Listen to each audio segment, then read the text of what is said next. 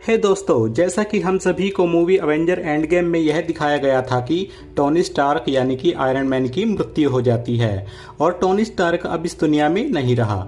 लेकिन जरा रुकिए दोस्तों, आपको क्या लगता है, क्या सच में टोनी स्टार्क की मृत्यु हो गई है? ऐसा मानने से पहले जरा रुकिए दोस्तों, हम इस वीडियो में आपको बताएंगे कि टोनी स्टार्क की मृत्यु हुई है या नहीं। लेकिन उससे पहले एक रिक्वेस्ट है, अगर आपने अभी तक इस चैनल को सब्सक्राइब नहीं किया है तो सोच क्या रहे हो दोस्तों, जल्दी से यह पुण्य काम कर दीजिए और चैनल को सब्सक्राइब कर लीजिए। और हाँ दोस्तों, इस वीडियो के लास्ट तक बने रहिएगा, तभी आपको पूरा कंसेप्ट समझ आएगा।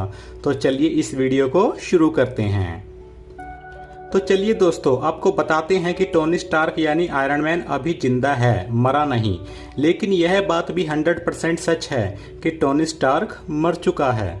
लेकिन ये क्या कंफ्यूजन है दोस्तों कि टोनी स्टार्क जिंदा है और मर भी गया है। लेकिन आपकी सारी कंफ्यूजन इस वीडियो में हम दूर कर देंगे। तो आपको हम बताते हैं कि आपने जिसको मरते हुए देखा था और जिसकी मृत्यु हुई थी वह टोनी स्टार्क ही था। लेकिन जरा रुकिए, जो टोनी स्टार्क मरा है वह असली टोनी स्टार्क का क्लोन था और असली टोनी स्टार्क अभी जिंदा है, पूरी तरह से सुरक्षित। और अब आप सबके माइंड में यह सवाल आया होगा कि क्या बकवास कर रहा है ये कैसे पॉसिबल है? लेकिन हमारा यकीन मानिए दोस्तों, यह सब सच है। टोनी स्टार्क अभी जिंदा है और जो मरा है वह टोनी स्टार्क का क्लोन था। अब हम आपको कुछ पॉइंट्स बताएंगे जिससे आपको पूरा विश्वास हो जाएगा कि टोनी स्टार्क अभी जिंदा है। इसमें पॉइंट नंबर 1 रहेगा टाइटन ग्रह पर आयरन मैन की थानोस से लड़ाई। आपने इन्फिनिटी वॉर मूवी जरूर देखी होगी दोस्तों, जिसमें आयरन मैन टाइटन ग्रह पर पहुंच जाता है और थानोस से बड़ी भयंकर लड़ाई करता है। टाइटन ग्रह पर मौजूद सभी सुपरस्टार में केवल आयरन मैन ही था जिसने थानोस को कड़ी टक्कर दी थी। और आयरन मैन ने पहली बार पृथ्वी से कई करोड़ किलोमीटर दूर किसी ग्रह पर लड़ाई लड़ी थी। वो तो थानोस ने टोनी स्टार्क को वहीं मार दिया होता, लेकिन डॉक्टर स्ट्रेंज ने टोनी की जान बचाई थी अपनी मणि देकर। तभी टोनी को यह महसूस हो गया था कि आगे चलकर इससे भी भयंकर कुछ हो सकता है और हर बार उसकी जान का बचना असंभव है। इसीलिए टोनी ने इसका पूरा फुल प्रूफ प्लान बना लिया था। पॉइंट नंबर 2, आयरन मैन का सुदूर अंतरिक्ष में नेबुला के साथ शिप में फंसना। टाइटन ग्रह पर थानोस से युद्ध के बाद आयरन मैन और नेबुला स्टार लॉर्ड के शिप में वापस पृथ्वी पर आना चाहते थे, लेकिन यह पॉसिबल नहीं था और शिप पर ऑक्सीजन की मात्रा भी काफी कम बची हुई थी। 99.9% टोनी का मरना तय था क्योंकि बचाव का कोई भी रास्ता नहीं दिख रहा था।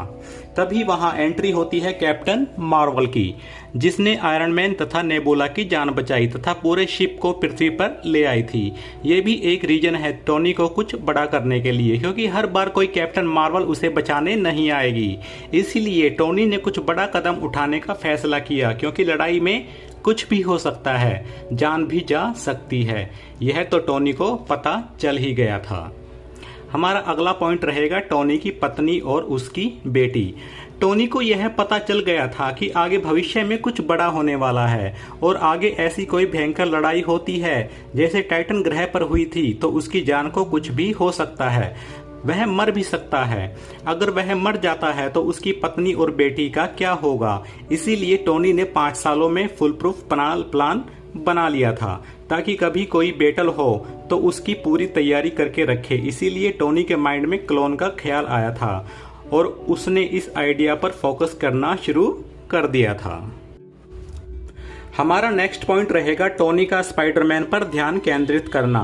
टोनी की नजरें तो काफी समय से स्पाइडरमैन पर थी, लेकिन टोनी पीटर से मिला मूवी सिविल वॉर में और उसे अपनी टीम में जगह दी और स्पाइडरमैन भी आयरन मैन के काफी नजदीक आ गया था। टोनी एक ऐसा शख्स को ढूंढ रहा था जो उसकी लेगेसी को आगे बढ़ा सके।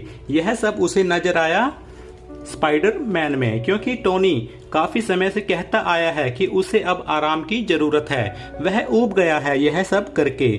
अब तो टोनी की पत्नी है, एक बेटी है, तो ऐसे में कैसे फिर से एक बार अपनी जान जोखिम में डाले।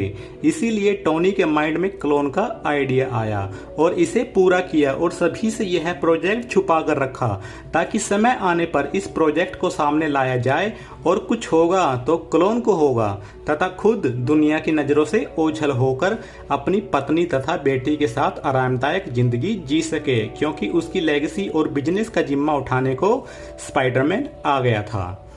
अब हमारा आखिरी पॉइंट रहेगा कैप्टन अमेरिका, क्योंकि आपको ध्यान हो दोस्तों, एंड गेम के आखिर में कैप्टन अमेरिका पास्ट में जाता है और बूढ़ा होकर आता है। इसका मतलब वह टोनी से भी जरूर मिला होगा और टोनी को इस आने वाले अनजान खतरे से अवगत करवाया होगा।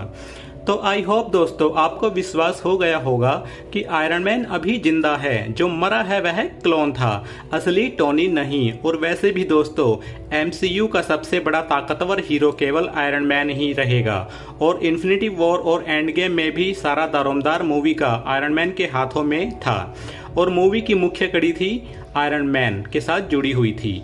तो हम कैसे मान लें कि आयरन मैन की मृत्यु हो गई है? अब यह तो आने वाले समय में ही पता चलेगा, जब थानोस से भी बड़ा कोई विलेन इस ब्रह्मांड को खत्म करने के सपने लेकर आएगा और उसके नाकाम सपनों को तोड़ने के लिए अपनी दमदार वापसी करेगा आयरन मैन।